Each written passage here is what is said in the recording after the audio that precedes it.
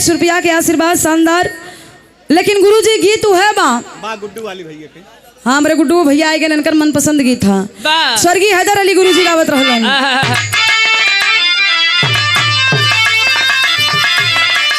Hello hello कहीं अरे राम झकोरा मारही झूलनी।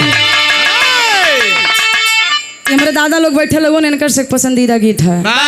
कहीं अरे राम झकोरा मारही झूलनी, अरे वही साड़ी लहराई हो झकोरा हमार झूलनी, साड़ी लहराई हो झकोरा हमार झूलनी, साड़ी लहराई हो झकोरा। वाह वाह भैया वाह, ये है खाटी इलाहाबादी।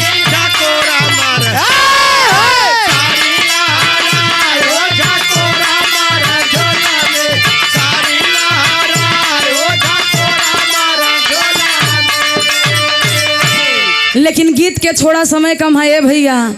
बात वह समय के बाद एक दिन भगवान कन्हैया के महल में बैठल बैठल बड़ा थकान लग गई। कलन काहे ना चल के हम बन के बीच घूम ए, जब हम बोली चुपा कुछ दिन करा, कलन हम काहे ना चल के बन के तरफ घूम के आई, बड़ा उबन लगा था। क्या बात है, याद देते हैं हमारी तरफ से सुंदर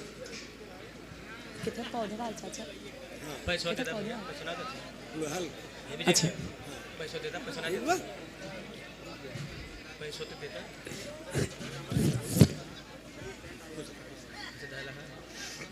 ये देखे सुंदर पौधा देके और बहुत सारा रुपए का आशीर्वाद देके आपने सम्मान किया। हमारे हृदय के गार्जियन हमारे चाचा श्री बिरहा के बेताज, जकर कोनो जोड़ ना भैया, यहाँ से लेके मुंबई तक महाराष्ट्र में तहलका मचावत है। महाराष्ट्र में ज्यादा रहते नहीं, कम रहते। विजय टोपी वाले टाइटल है। हमारे गार्जियन की तरफ से 100 रुपया के आशीर्वाद और बहुत सारा ये प्यार, ऐसी बढ़ के कोनो चीज हो ना सकेला। मुंबई जाए बजाए है उनकर ढोल बजाए है। ये देखे आशुतोष यादव ग्राम कोटिया ऐतिहासिक धरती भैया की तरफ से 101 रुपया के आशीर्वाद, बहुत बहुत प्रणाम। हाँ, और इस भाव को समझते हुए हमारे धर्म के बड़े भाई, हमारे पुराना ड्राइवर भी रह चुका है भैया गुड्डू पाल, भूसहार की ऐतिहासिक धरती से झकोरा मारे झुलनी पे खुश हो के 100 रुपया के आशीर्वाद, बहुत बहुत प्रणाम बा। लेकिन कहानी आप लोग गौर से सुनिए, कहानी हम एकदम 60 में बताइब, केवल 5 मिनट में।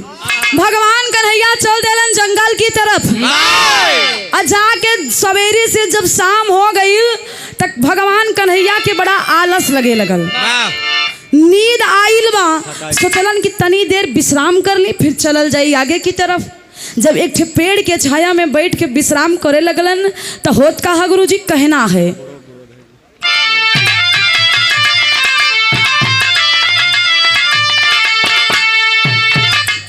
वाह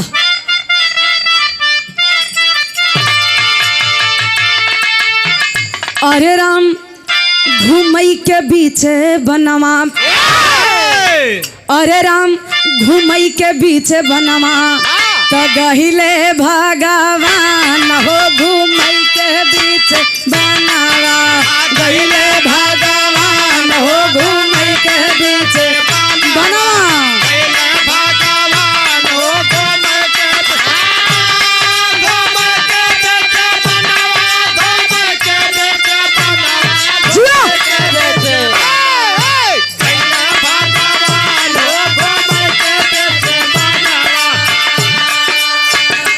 रमेश चंद्र यादव सभा की ऐतिहासिक धरती से भैया की तरफ से, गार्जियन की तरफ से 100 रुपए का शानदार आशीर्वाद, बहुत बहुत प्रणाम। हाँ, भगवान कन्हैया के नींद लगल बा, और जब नींद लगल तो एक पेड़े के नीचे भगवान कन्हैया बैठ गए।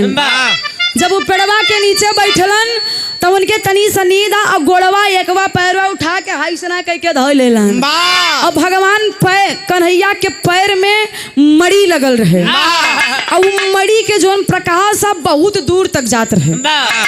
और जब मड़ी के प्रकाश एक बहेलिया के आंख में पड़ा तो बहेलिया सोचे कि लागत बा कौनो बढ़िया शिकार,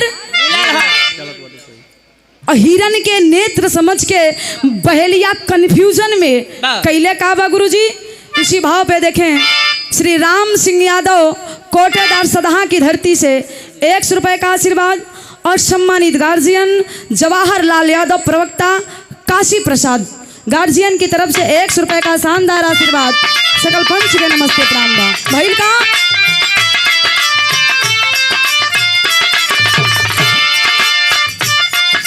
ओहो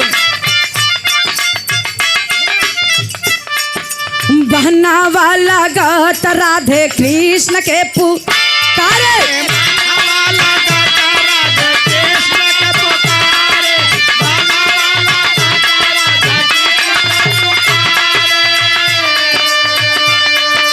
बहना वाला गाता कृष्णा राधे के पुकारे मानव के आवाज सुन के सोचे लाया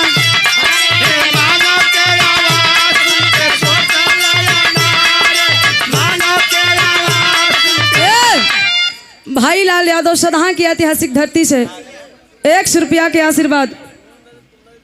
बहुत बहुत प्रणाम बा। सकल पंच के नमस्ते प्रणाम बा। ए भैया भैल का भगवान कृष्ण के बहेलिया बहुत बहुत धन्यवाद बा आपके। बहेलिया भगवान कन्हैया के जौन पैर में मणि चमकत रहे हिरन के नेत्र समझ के मालिक के तरफ से 15 मिनट नेत्र समझ के हिरन के नेत्र के चमक के समझ के बहेलिया तीर मार देलस भगवान कन्हैया के पैर में।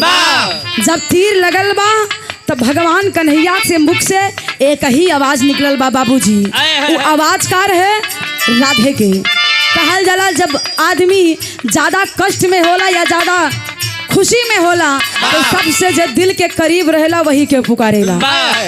कन्हैया के सबसे दिल के निकट राधा रानी रहली और राधा रानी के जब आवाज लगैलन तब बहेलिया के कान में पड़ल और बहेलिया जान गई कि कोनो मानव के तीर लगल बा। कैलस का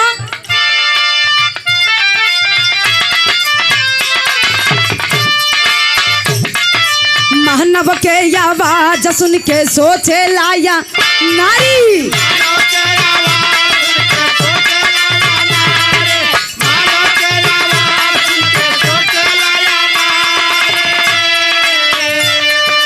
भगता गईले भगता गईले हरि के समनवा गईले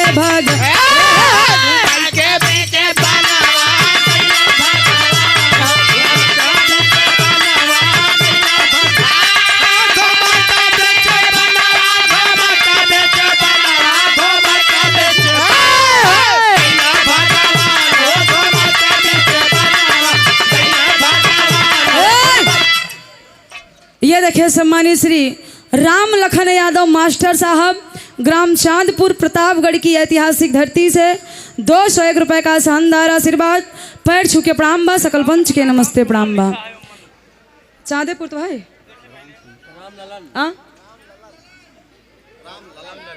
अच्छा राम ललन यादव सॉरी अगर बोले बतियाए में गलती हो जाए 10-20 दई के अपन पैसा ले जाए वापस 10-20 दई के नाम दोबारा बोलवाई ले भैया। वैसे दादा हरन कहावत कहा थन कि चामेक जी भला में तक जे ज्यादा बोला ला लातो खाला। अच्छा यहाँ दादा क्या बोलत बा तू ही तो बोलत हो तू हाँ तो नीचे भरे वाला हिला। ए भैया लेकिन कहानी पे गौर करा। कहानियां पहुंचल कहाँ बा। भगवान कन्हैया जब राधिका के पुकरलन तो बहेलिया सुन समझ गई कि मानव के आवाज है। वो आवाज के सुन के बहेलिया चलत है गुरुजी। जाके भगवान कृष्ण के पास पहुंचल बा और कहलस का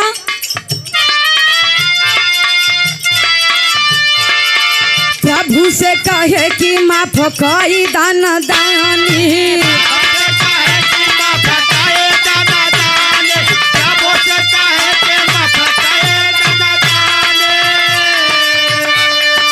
कहे भगवान छोड़ा दिला के गलानी भगवान छोड़ा दिला के गलानी भगवान छोड़ा दिला के गलानी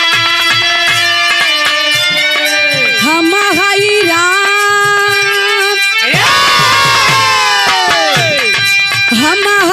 राम तू तो बाली बाला वनमा दैले भगवान घूम के बीच वनमा दैले भगवान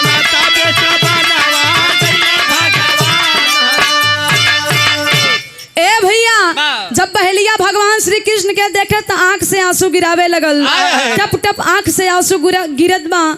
कलश की ए प्रभु हमरा के माफ कर दा, हमरा से गलती हो गई। हमके लगल कि कोनो हिरन के नेत्र हा। भगवान कन्हैया हंसे लगलन कि ए बहेलिया ए में तोहर कोनो गलती ना बा, तू कोनो गलती ना कैले हा। ई त पूर्व जन्म के श्राप रहल। त्रेता में तोहर बाली के अवतार रहल हमार प्रभु श्री राम के।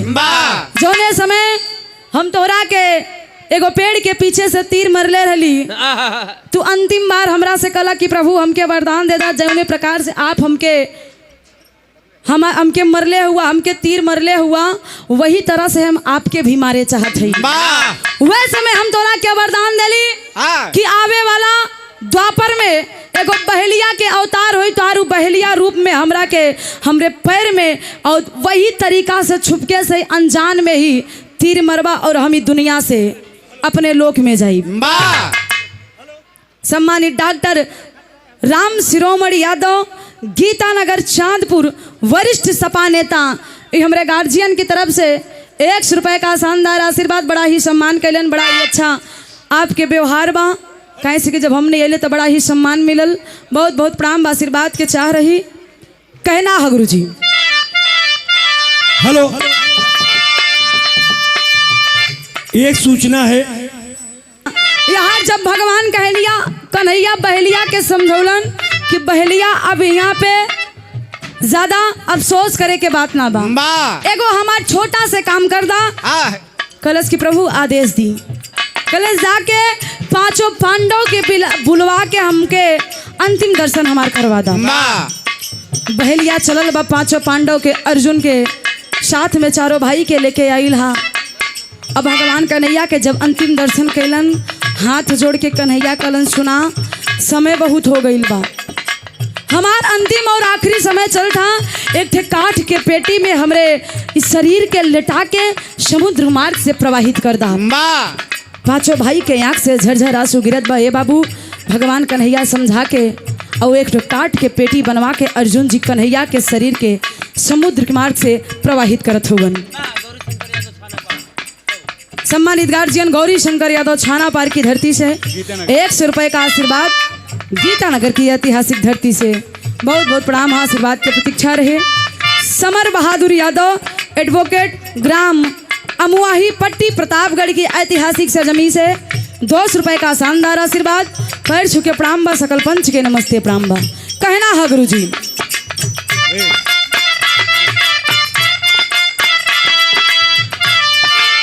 उस शरीरिया समुद्र मार्ग से बहत पहुंचल कहाँ है? सुरेंद्र गौतम प्रधान जी और आई की ऐतिहासिक सरजमी से गार्जियन के पैर छुके प्रणाम बा, आशीर्वाद के कामना बा। 200 रुपए का सम्मान, सकल पंच के नमस्ते प्रणाम हो। कहना बा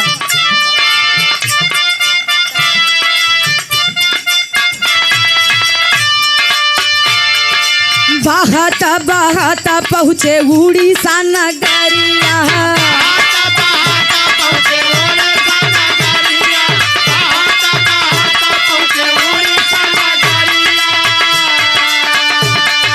उड़ीसा के राजा तान सोवेल चटारी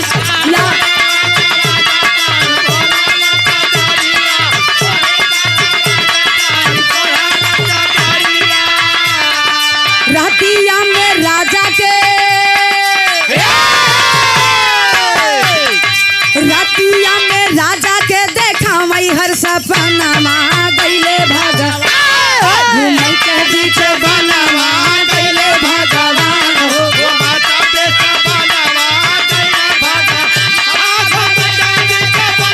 जियो बहादुर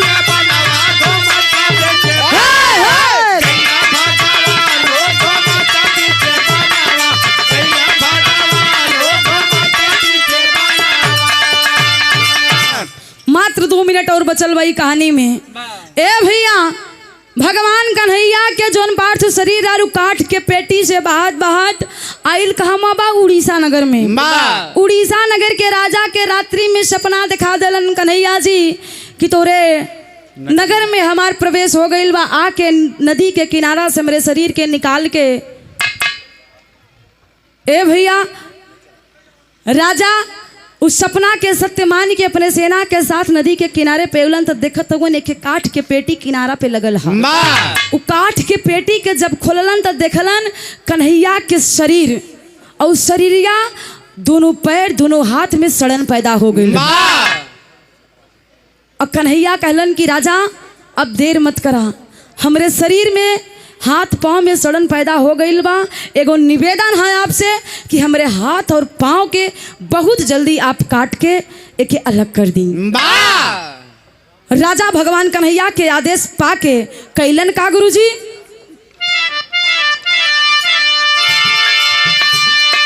पावे बाला राम रुखा मारी जब खबर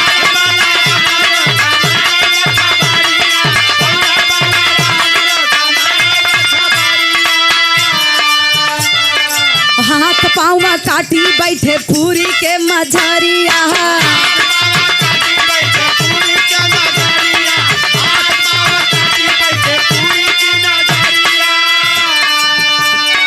तीनों मूर्ति एक साथ, तीनों मूर्ति एक साथ दिखले दरसनमा गईले भगवान के बीच बनावा गईले भगवान हो तो माता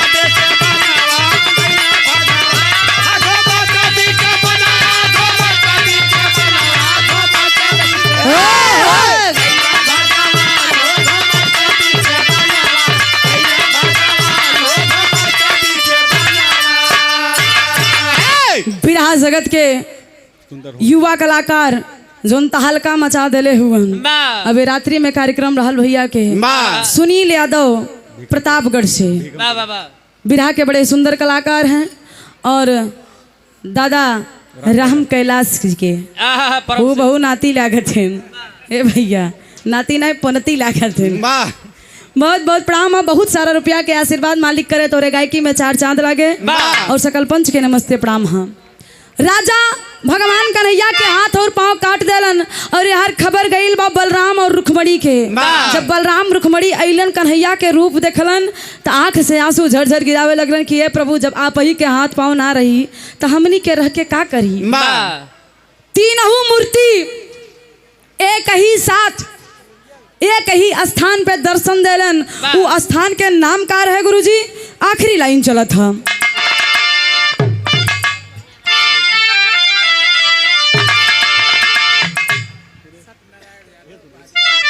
सम्मानित गार्जियन सत्यनारायण यादव बहादुरपुर की ऐतिहासिक धरती से 101 रुपया के आशीर्वाद। बहुत बहुत प्रणाम बा, सकल पंच के नमस्ते प्रणाम बा। जे छूटा हो चलावा भैया, अंतिम लाइन चलत आवा। ये देखें पप्पू शर्मा लाखीपुर की धरती से 101 रुपया के आशीर्वाद। बहुत बहुत प्रणाम। हाँ आवत रहा भैया। ये देखें केशलाल बीए बाबू मढ़रा मऊ की ऐतिहासिक धरती से 100 रुपया के आशीर्वाद और अमरीश यादव मढ़रा मऊ की धरती से 100 रुपया के आशीर्वाद और नरसिंह यादव लाखीपुर पतरा एडवोकेट भैया की तरफ से 100 रुपये का आशीर्वाद। सब भैयन के पैर छू के प्रणाम बा, आशीर्वाद के प्रतीक्षा रहे। रियाकत अली सदहा की ऐतिहासिक सरजमी से ये 100 रुपये का आशीर्वाद, आदाब सलाम और सब भैयन के नमस्ते प्रणाम बा। जय कृष्णा, राधे राधे कहना है। श्याम बाला राम रुखा माड़ी के निवास हो,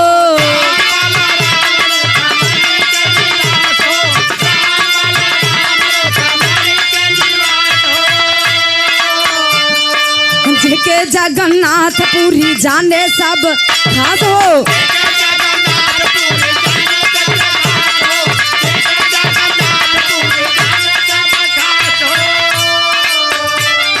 भात भोज देले सब, भात भोज देले सब कई के दर्शनमा गईले भगवान के बीच बनवा गईले भगवान।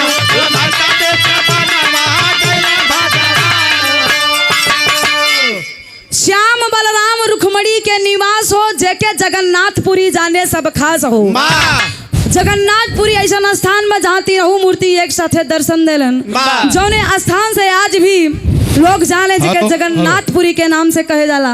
वाह। जगन्नाथपुरी से जब लौट के आवेलन त ऐसन भात भंडारा भोज और कहीं कहीं भीड़ कहल जाला। हाँ? आज जैसे यहाँ पर आप लोग इकट्ठा हुआ परम पुण्य हाँ, बहुत बहुत प्रणाम हाँ। वो गार्जियन के जे महान काम कैले हुवन। ए भैया वही स्थान पे तीनों मूर्ति है कहीं साथ दर्शन देलन जगह जगन्नाथपुरी के नाम से लोग जानेलन।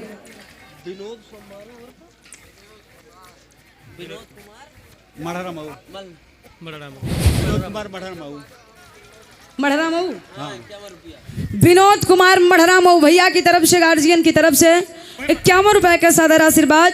बहुत बहुत प्रणाम हाँ। सकल पंच के नमस्ते प्रणाम बा। अंतिम लाइन में कहना हाँ गुरु जी।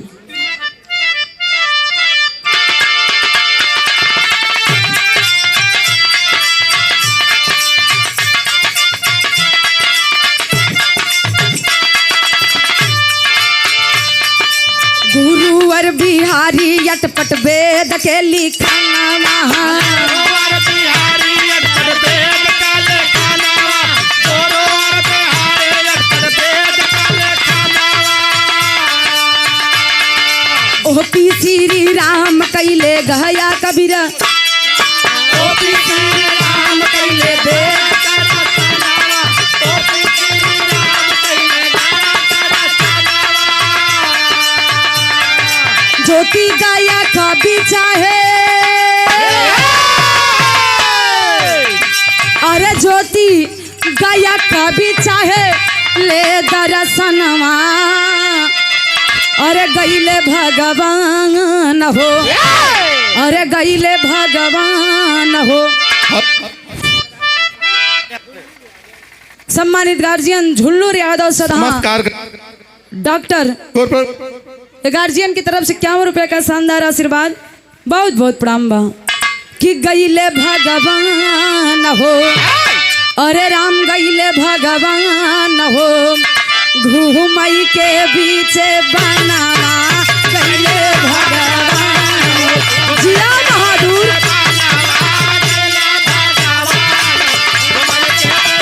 वाह बहुत अच्छे। क्या बात है।